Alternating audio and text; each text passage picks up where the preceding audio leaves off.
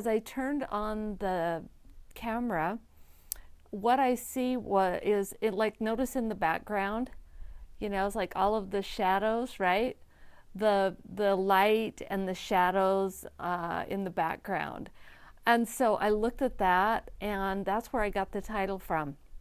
It's like discovering the beauty in the shadow side of things, or the shadows in life. I just want to uh, bring up something that's really pretty amazing, and that is, have you ever thought about this life and how we have the opposites? Opposites in everything, right? There's dark and light, good and bad, right and wrong. Uh, and guess what? Here's the thing that maybe you haven't ever considered, and it is this.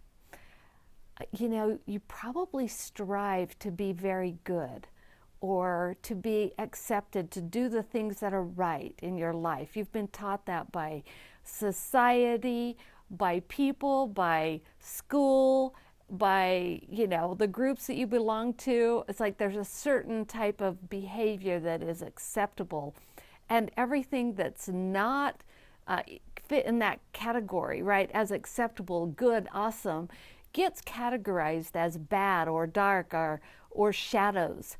And so this is what I want to share with you, that you cannot even see the light or see the good, see the awesomeness without the shadows.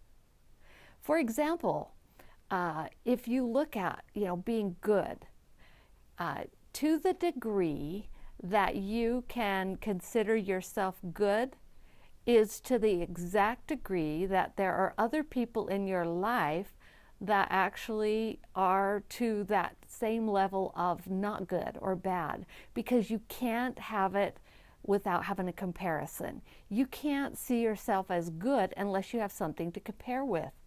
Have you ever thought about that? So if you can't compare against anything else, how do you know if you're good or you're bad, or you're better than or not good as good, right? Hi there. So look at that in your life. It's important that you have all of the people and situations show up in your life and in the world that are not so good, so that you can consider yourself good or valuable or right. So the next time you're like judging somebody because they're bad or not good, just know that if they did not show up to play that role, like in a play, right, that you couldn't be good. So value them. Look at it a little differently, and you can let go of the judgment, let go of what hasn't been good.